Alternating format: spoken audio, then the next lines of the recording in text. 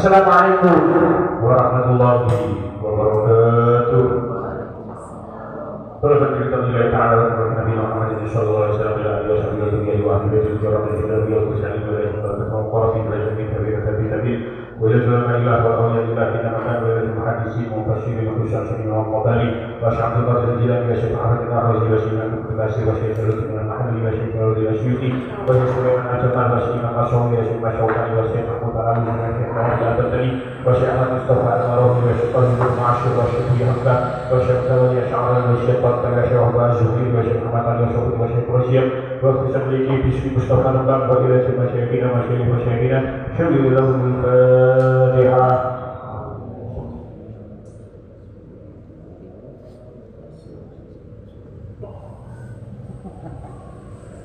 Allahumma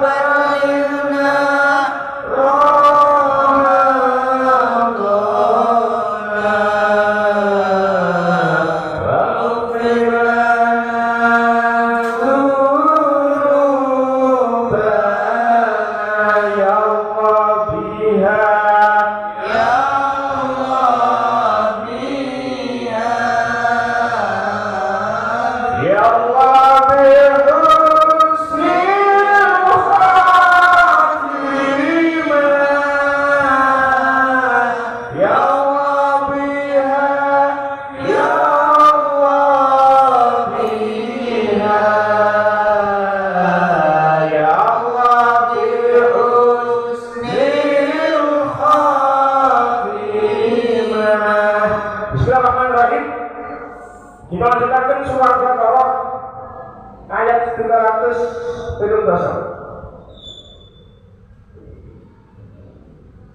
Qala Allah Ta'ala fil Qur'anil Karim, A'udzu billahi minasy syaithanir rajim. Bismillahirrahmanirrahim.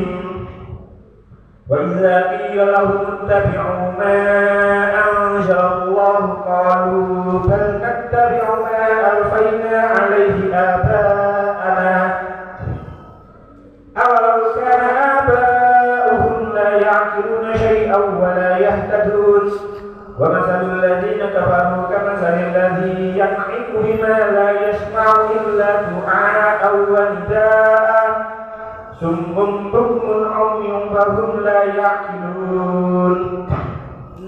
Allah syarif kilos wa idza qila lan nalikane diucapaken lahum marang nas menungso intabiku padha anu tasawuf sira kabeh ma ing barang anzalakan wis nurunaken sapa Allah ilman kalau pada ngucap sampai sejenis benar tabiu balik alut sapa ingsun maring barang alhina kang padha nemu sapa ingsun alaihi ing atase maka ana ing pira-pira bapak-bapak ingsun awal kana ana senajan ana sapa abahum pira-pira bapak-bapak ni iku yakimuna ora padha angen-angen sapa abahum syai'an ing apa-apa walayah kadul lan ora padha oleh dituduh sapa abahum wa masalul ladina utawi tepone wong akeh kafaru napa kafir sing aladina iku kama salil lazi kaya tepone wong yang iku kan gemborake sapa amanzi bima kelawan barang laya senaku kang ora krungu sapa si aladhi inna illa tunaan kejaba pengejak-ngejak wanita lan pengundang-undang sumun kaya wong bedeg dumun kaya wong bisu pengin kaya wong buta bahum mengko utawi aladina kafaru iku layak diluna ora padha angen-angen sapa si aladina kafaru utawa syaitu 972 wong kafir iku yang dikandani supaya miturut dawuh kang diturunkan Allah Ta'ala dheweke padha mangsuli aku kabeh tetep miturut apa kang wis ditindakaken dening nenek moyang kula kabeh kaya nyembah berhala lan ngaramaken unta saibar wong-wong kaya ngono iku wong-wong kang padha ora duwe pikiran apa dheweke padha apa iku patok batok senajan nenek moyangi padha ora ngerti agama lan ora padha oleh dituduh wong-wong kang ngajak-ngajak becik marang wong kafir iku tepone kaya tangon kang gempor rumangkang krungu swarane tangon wong sing ingon-ingon rumangkang iku hewan sikil papat rumangkang krungu swarane tangon tapi ora ngerti semono uga wong kafir yen dinasihati bagus krungu nanging ora gelem ngerti kupinge persasat kopok cangkeme bisu matane butek uteke ora bisa mikir lawas wadzaki lalu dan apabila dikatakan kepada mereka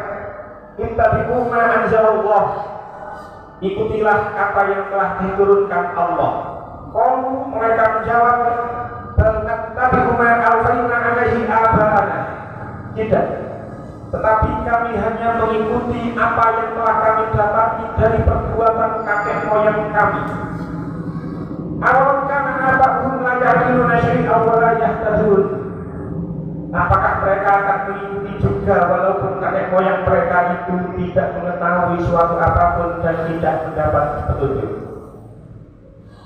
Saya sering kalau mengatakan tentang ayat ini terlebih dahulu kalau menceritakan tentang asbab nuzul ayat ini. Tangkoni kitab bab itu fi asbab nuzul karangan Syekh Jalil Nasyidi, boten kula betul tapi kula catet. Akhwat Syekh Nabi Hatim bin Tariq Sa'id Al-Ikrimah meriwayatkan menceritakan Abi Hatim dari jalur Sa'id atau Ikrimah Ani bin Abbas dari Ibnu Abbas da'a Rasulullah sallallahu alaihi wasallam al-Yahuda ila Islam wa rabahum fihi. Kanjeng Nabi suatu ketika itu ajak-ajak marang wong-wong Yahudi supaya mlebu Islam. Wa rabahum fihi. Terus apa? Rabahum itu jeneng memberi kabar yang gembira, mendorong mereka, memikat mereka. Wa rabahum fihi, memikat mereka supaya orang-orang Yahudi ini turun masuk Islam. Wa hadarahum adzaballahi wa nikmatahu. Terus Kanjeng Nabi memperingatkan bahwasanya siksa Allah, murka Allah itu begini.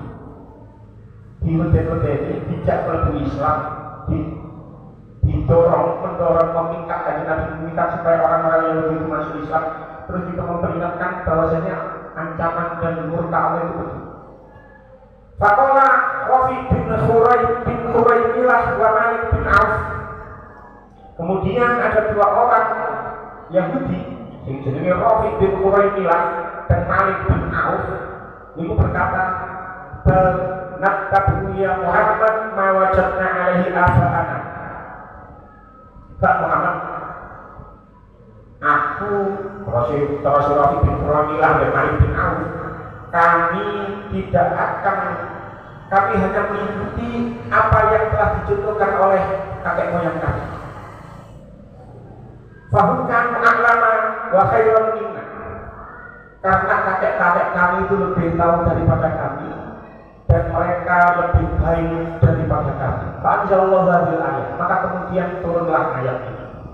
Di ayat ini menurut kitab Betul karangnya Syekh Jalaluddin Asyuti menceritakan tentang orang-orang Yahudi yang dijak Islam, tapi orang-orang Yahudi itu boten purun, terus mengatakan bahwasanya kami tidak akan melakukan perbuatan kecuali perbuatan itu sudah dicontohkan oleh kakek-kakek kami, karena kakek-kakek kami lebih mengerti dan lebih baik daripada kita. Maka Allah menurunkan ayat ini. Dan ayat sebelumnya, ayat 1:8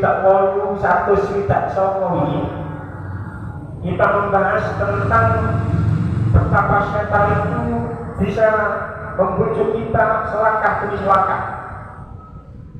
Kita membahas ayat 168 dan 169 itu sampai 2 kali pertemuan, bahwasanya setan itu tidak hanya terdiri dari bangsa jin, tapi juga terdiri dari manusia. Setan membujuk kita selangkah demi selangkah, sehingga manusia itu terperdaya dengan bujukan setan. Karena mereka terbujuk oleh rayuan setan, sehingga mereka tidak mau menerima tuntunan wahyu. Terus mereka lebih berpegang teguh pada ajaran orang-orang tua yang telah rusak. Dan itu nanti dibahas dari ayat ini. Dan apabila dikatakan kepada mereka, ulama ahli tafsir itu berbeda pendapat tentang siapa yang dimaksud dengan ayat ini. Kita mas niwau tafsir al-Ibris bunten ini dimaknani nas.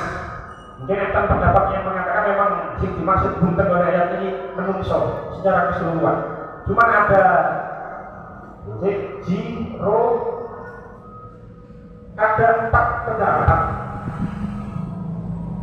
siapa yang dimaksud bunten dengan ayat ini. Dan tafsir al-Qurtubi dikatakan yakni kufarul Arab.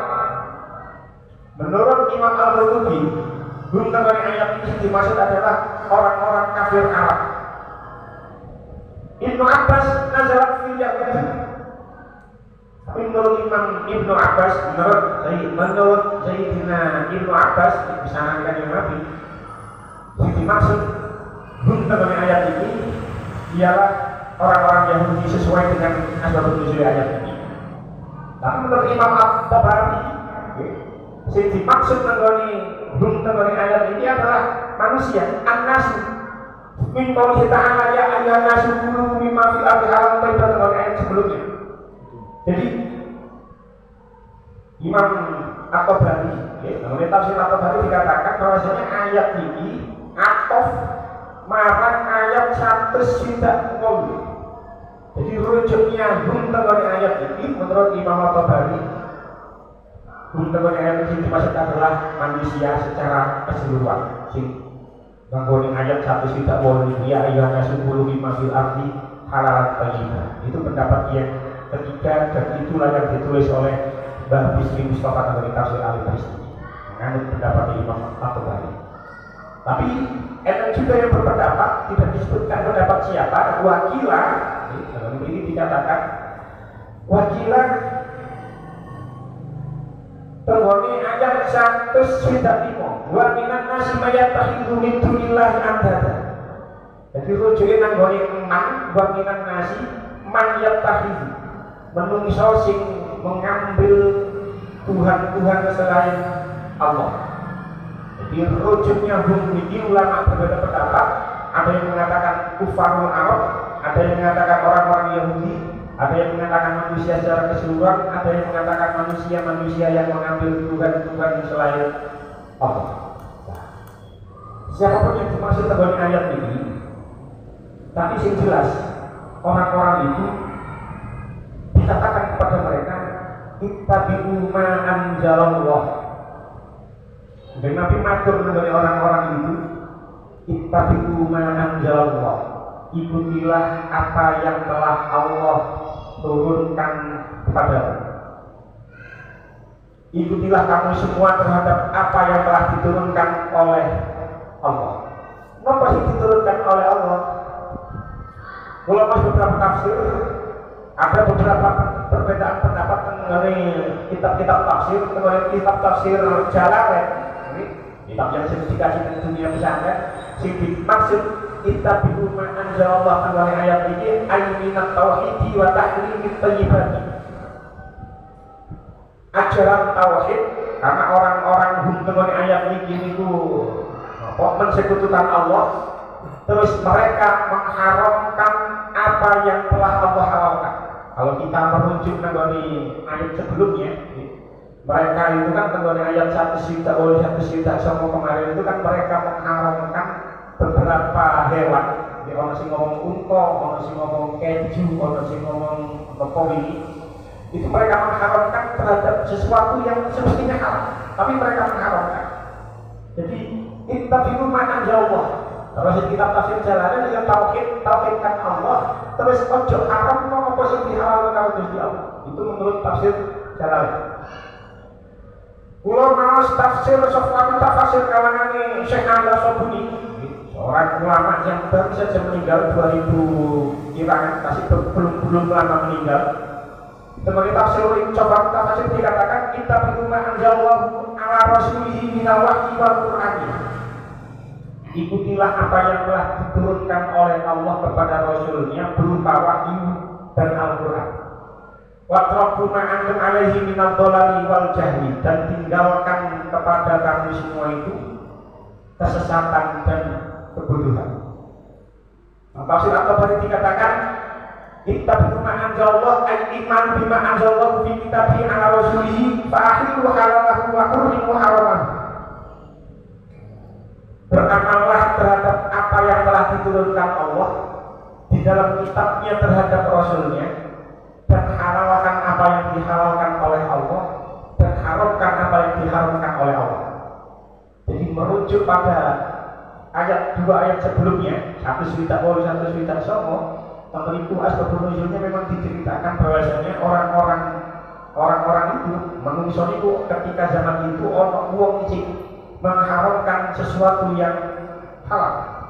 Nah, kita niku boten angsal menghalalkan sesuatu yang haram, begitu juga sebaliknya mengharamkan sesuatu yang halal. Bahkan dalam kitab Surah Taufik itu dikatakan seperti wong sing mengharamkan sesuatu yang halal dan menghalalkan sesuatu yang haram, maka dia termasuk kufur i'tiqadi. Orang kafir sing bangsa ittifaq. Bahkan ketika kemarin kita bahas tentang riba, kebetulan pulau ini mungkin membahas tentang riba. Ini tempat lain kalau membahas tentang riba.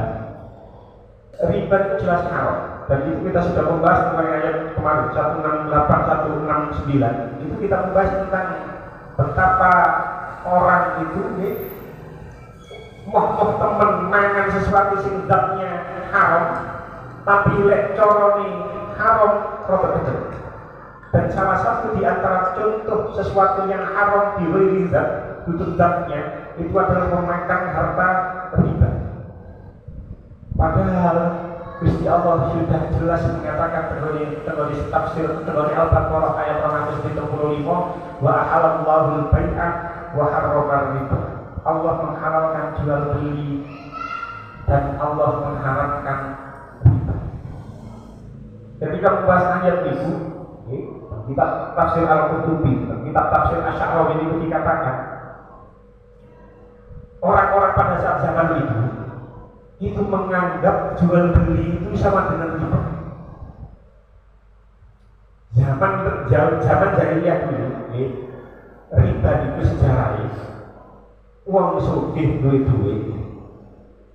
pribadi, orang pribadi duit terus ngutang nang wong sing gak duwe terus dikei bunga.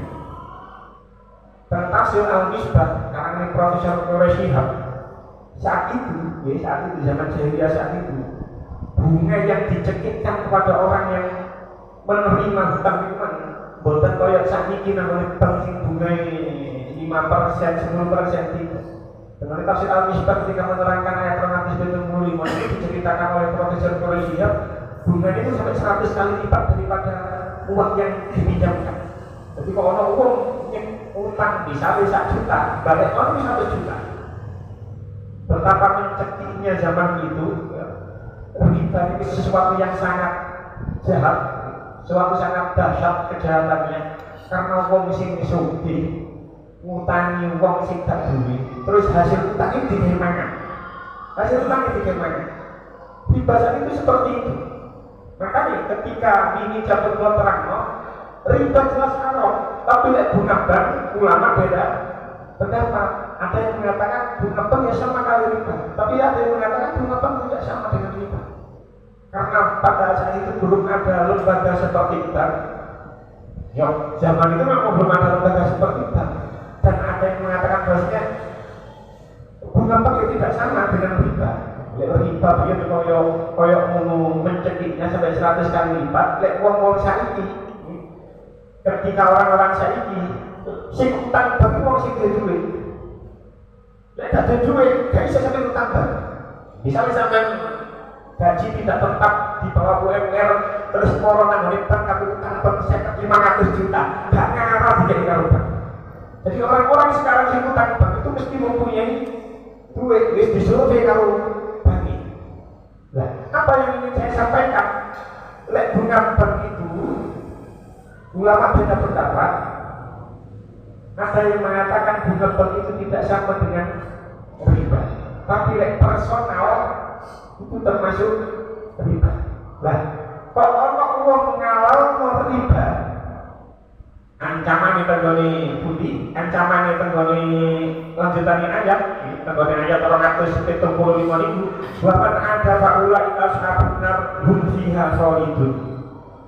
Kalau uang wis ayat riba sudah turun, Allah sudah menghalalkan jual beli, Allah mengharamkan riba. Kok mereka tetap balik di dalam praktek riba? Terus mereka meyakini kalau riba itu sama dengan jual beli, maka mereka ashabun narhum fiha khalidun. Mereka termasuk penduduk neraka dan mereka kekal di dalam neraka. Jadi menghalalkan sesuatu yang haram, resikonya itu luar biasa. Menurut Imam Al-Qurtubi, menurut Imam Asy'ari, kalau orang menghalalkan sesuatu yang haram, maka dia telah keluar dari Islam dan tempat mereka adalah neraka. Makanya ancaman itu fiha khalidun. Walaupun menurut Ibnu Atiyah tidak. Menurut Ibnu Atiyah itu fiha khalidun itu kalau dikatakan nanggone orang kafir itu berarti khalidun secara hakiki. Tapi lek wong sing Islam, di ono la ilaha illallah, maka khalidun itu adalah majazi. Artinya mereka tetap nanggone rokok tapi tidak kekal selama-lamanya. Membuktikan betapa lamanya dia di neraka karena menghalalkan sesuatu yang halal. Sebelum mengharamkan sesuatu yang halal, misalnya kalau aktivis perempuan tidak setuju dengan praktek poligami, terus mengatakan poligami itu adalah sesuatu yang haram, maka dia juga bersama hakikate padha karo wong sing menghalalkan sesuatu yang haram. Wahyu itu gak pokok haram. Menurut kitab Sulh Taufik, itu adalah sesuatu yang menyebabkan orang itu keluar dari Islam. Kafir itu kok dari Sulh Taufik. Pun kita lanjutkan. Nah, konteks ayat ini memang orang-orang teman ayat sebelumnya itu mengharamkan sesuatu yang halal. Nah, maka dilanjutkan ayat tolong tapi huna alfaina alaihi abana. Mereka menjawab tidak, kami hanya mengikuti apa yang telah kami dapati dari perbuatan kakek moyang kami. Al-Faina mengenai ayat ini ayu wajadna. Di kaum mereka mengatakan tidak. Balnat di rumah Al-Faina alaihi abana. Kami hanya mengikuti apa yang telah kami dapati dari perbuatan kakek moyang kami. Pokok perbuatan kakek moyang mereka min ibadatil asnam. Kakek-kakek moyang mereka menyembah berhala. Lalu mereka ikuti. Kakek moyang mereka wa tahrimis sawaib wa bahail. Kakek moyang mereka mengharamkan unta sawaib dan unta bahail. Ini saya terangkan unta sawaib itu unta sing diperuntukkan untuk berhala, dibiarkan bebas berkeliaran, tidak boleh ditunggangi. Sementara unta bahail, unta sing susunya itu tidak boleh diperah susunya, karena disediakan untuk berhala. Mereka karena kakek moyang mereka itu menyembah berhala terus mengharamkan sesuatu yang halal, maka mereka juga melakukan hal yang sama sebagaimana kakek moyang mereka melakukan hal tersebut.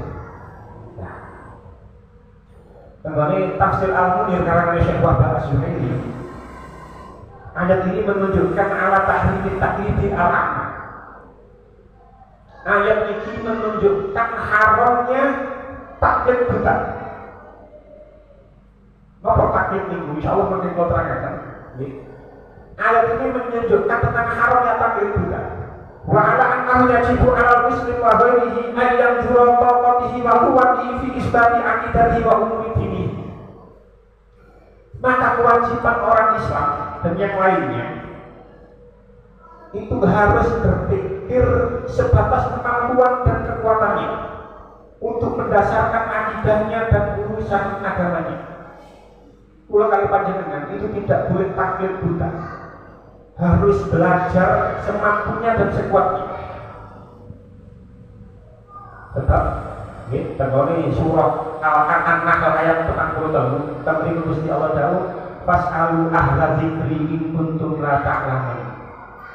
Bertanyalah kepada ahli dzikir jika kamu tidak mengetahui.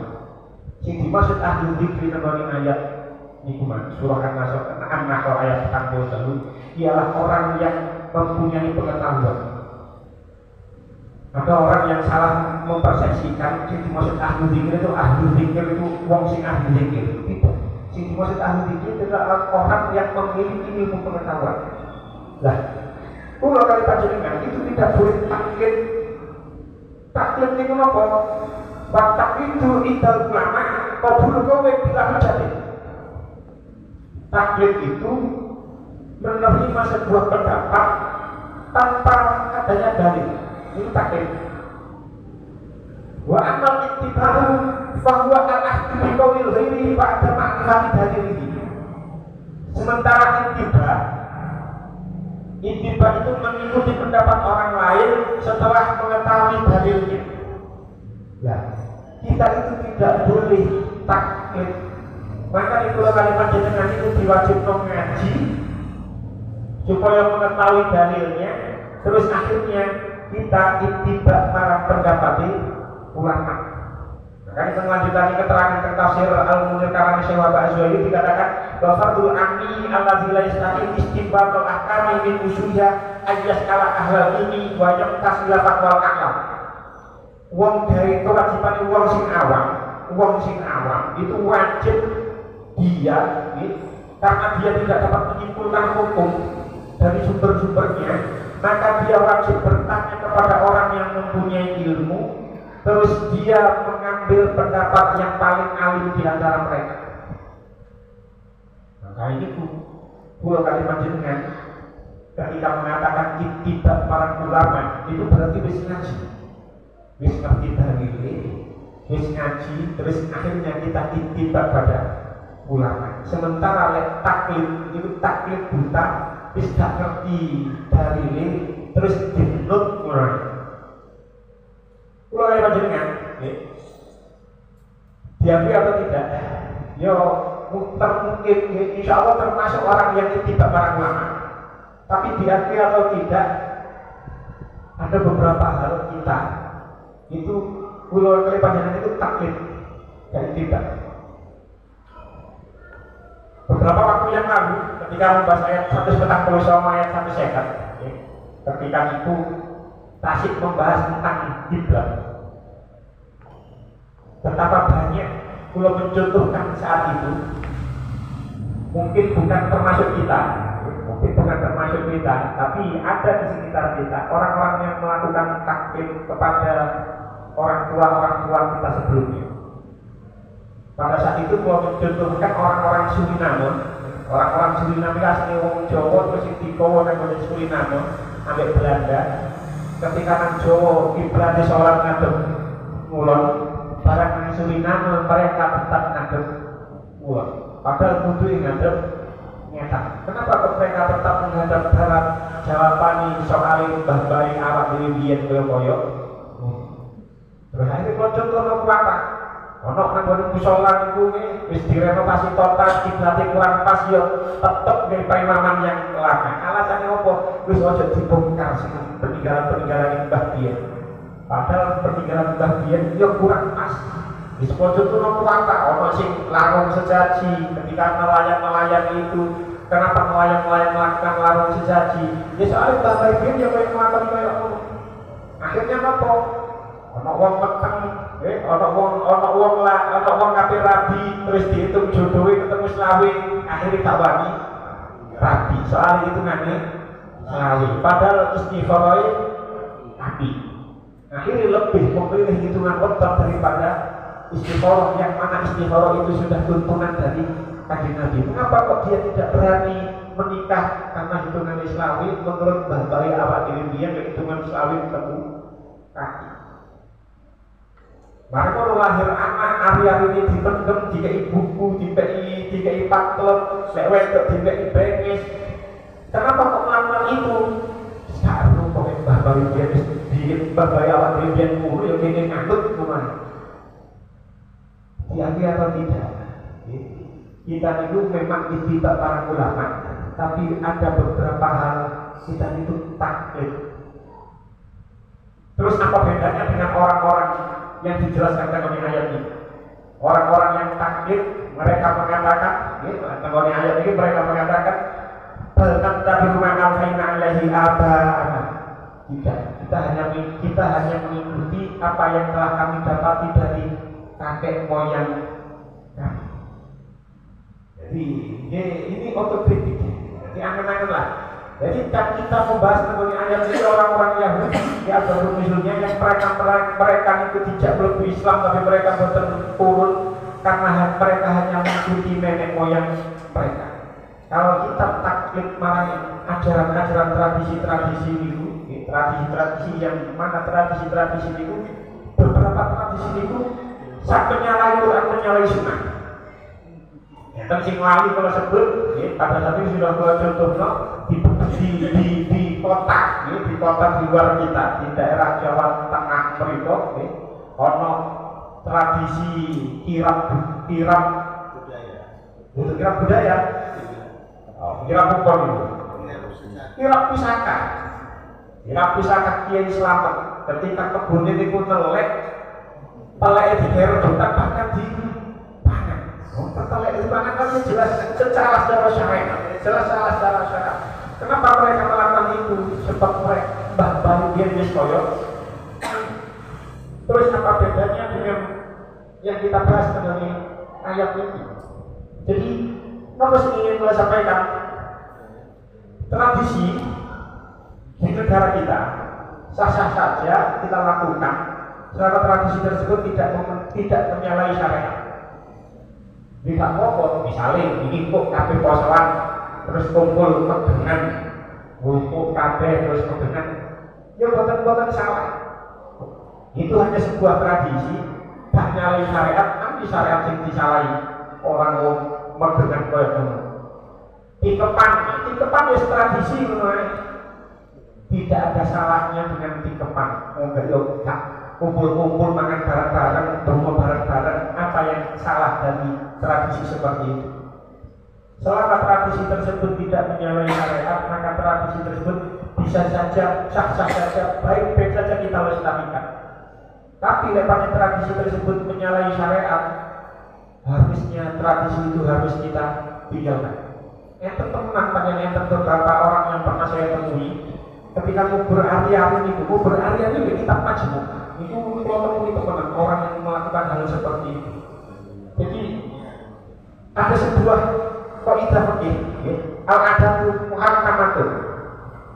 Adat, tradisi itu menjadi sebuah hukum, bisa menjadi sebuah hukum. Ya pancen dengan tingkepan itu wis dadi tradisi.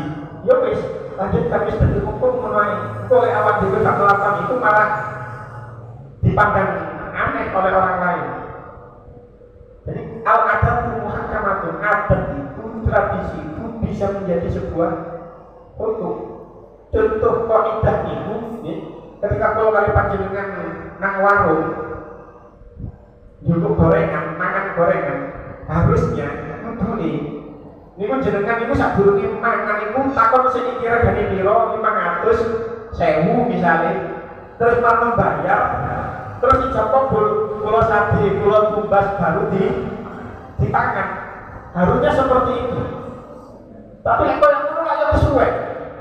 Wis ngerti adate regane 1.000 ya karek makan bayar kali.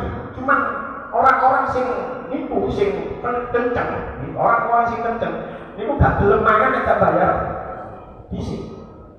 Terus mari tuku terus sing dodol ngomong kula sate, sing tumbas ngomong kula tumbas. Niku orang-orang kirakan saat ini bahwa sing praktek nama boten, tapi beberapa tahun yang lalu kasih orang ngomong sing mempraktekkan hal yang seperti itu. Makanya ojo salah ketika kalau kali panjenengan ndongoni njogo terus di apa istilahnya ngono iku kene kalau bawa cukup bae biasanya bakso mentok-mentok orang mulai ternyata bakso tadi betul mulai apa istilahnya ngono iku diketok ya gak salah padahal sing pas niku sajane ngomong sik takon sik mari di bayar baru dipangan. Prakteknya itu harusnya seperti itu. Jadi prakteknya saja mangan McD, mangan KFC itu lebih benar secara syariat. Maksudnya itu ijab kabulnya itu ada. Bayar sih baru dipangan. Nah, adat itu menjadi sebuah hukum. Pun kita lanjutkan ini. Awal kana abahum la ya'lamuna syai'an wa la yahtadun. Apakah mereka akan mengikuti juga walaupun kakek moyang mereka itu tidak mengetahui suatu apapun dan tidak mendapatkan petunjuk?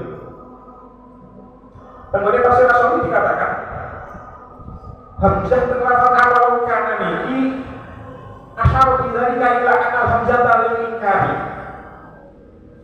dakhilatun ala mahdhufin. Hamzah penerapan awal kanan ini adalah hamzah lil inkar. Terus ada lafaz yang dibuang. Napa lafaz yang dibuang? Yaktabiunahu. Maka kalau kita membuka terjemah bahasa Indonesia, ketika memaknai awal kana abahum, apakah mereka akan mengikuti juga? Jadi ono ayat tanggal tafsir Jalalain itu ayat tabiunahu walau kana. Ayat tabiunahu ono toh mereka akan mengikuti juga. Walau karena abahum, walaupun karena mereka layak ilmunya syai'an, tidak mengetahui apa-apa, walayah tatun dan tidak mendapatkan petunjuk. Mengikuti orang tua itu adalah sesuatu yang wajar bagi seorang anak. Seorang anak itu karena anak itu kumpul wong tua kecil. Umumnya anak itu kumpul karo wong tua kecil, maka anak itu akan melihat apa tingkah laku kedua orang tua. Ketika orang tua misalnya senang karo bal-balan, maka anak ini juga akan senang karo bal-balan. Hampir pasti seperti itu. Bahkan arek wedok pun ketika orang tuanya senang bal-balan, arek wedok dia senang bal-balan karena orang tuanya suka bola. Ketika orang tua suka musik, anak itu sangat mempunyai potensi besar bisa bermusik juga. Mendingan anaknya Ahmad Dhani kalau Naya itu Al Tuliu, karena bapaknya musisi, anaknya juga pintar bermain musik. Nah, Semono kula kali panjenengan misalnya ahli jamaah ahli ngaji, maka anak itu akan melihat orang tua. Melihat orang tua, wong tua seneng ngaji, wong tua seneng jamaah. Anak kecil itu akan melihat tingkah laku kedua orang tua. Nah, ketika anak kecil, apa yang kecil itu belum kena taklif.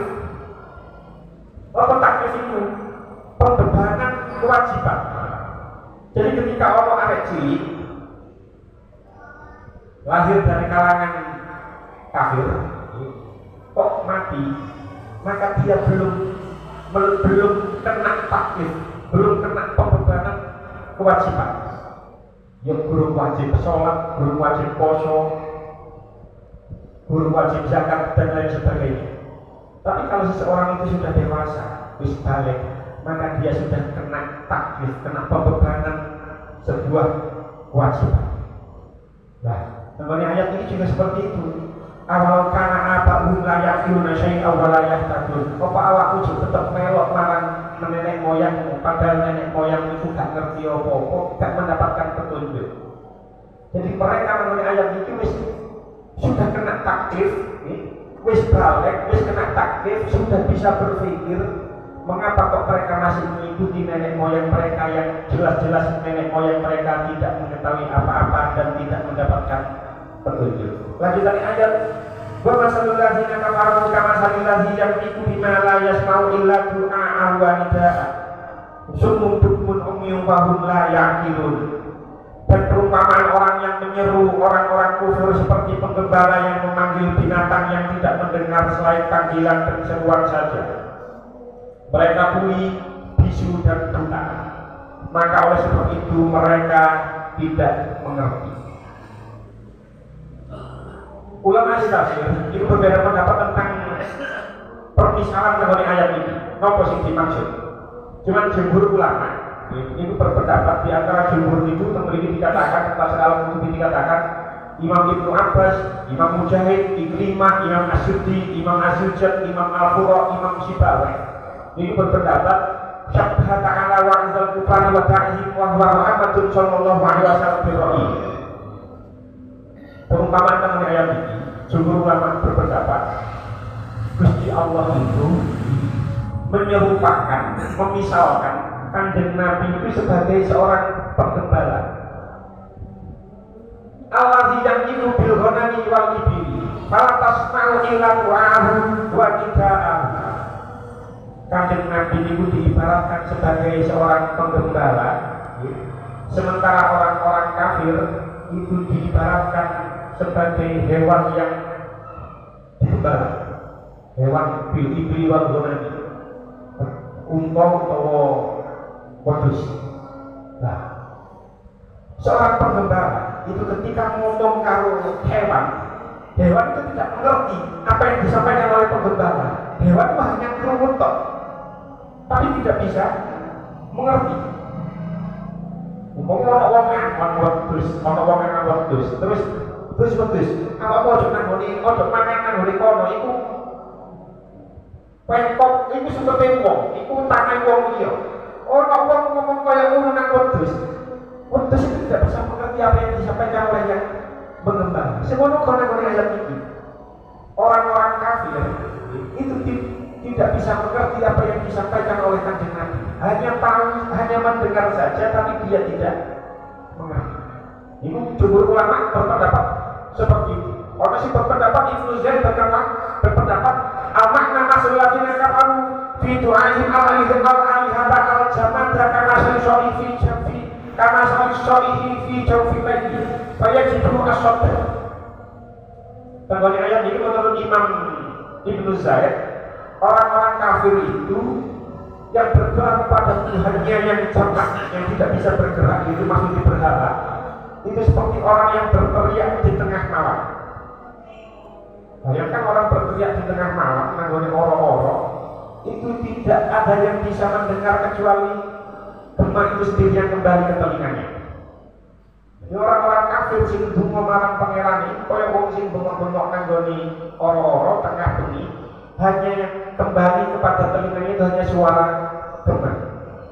Menurut Imam At-Tabari, Allah masalul kafirina fi tu'ahin al-hadar kama sallallahu alaihi wasallam bisyai'in ba'idin fa huwa la yasma'u min ajril bukti.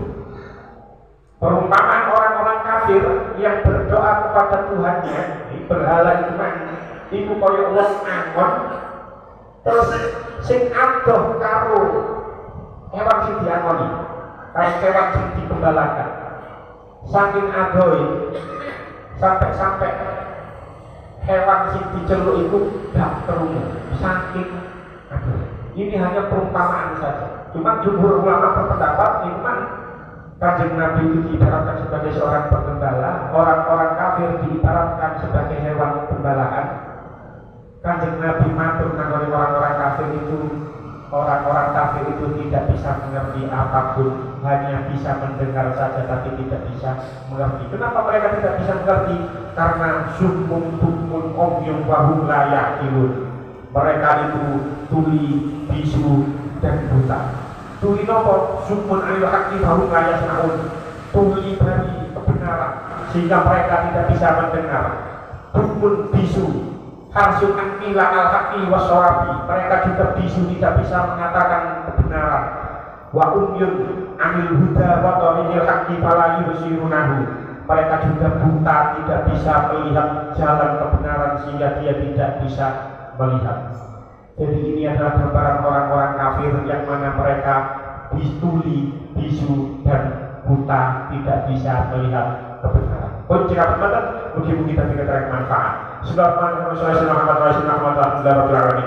Allahumma ja'alna wa auladana wa dhurriyyatina min ahli al khair wa la taj'al iyyahu min ahli syarri wal ghair. Allahumma ja'alna iyyahu min ibadika sholihin. Allahumma ja'alna iyyahu min ibadika sholihin. Allahumma ja'alna iyyahu min ibadika sholihin. Rabbana atina fid dunya hasanah wa fil akhirati hasanah wa qina adzabannar. Rasulullah sallallahu alaihi wasallam wa sallam alhamdulillahi rabbil alamin. Assalamualaikum warahmatullahi wabarakatuh.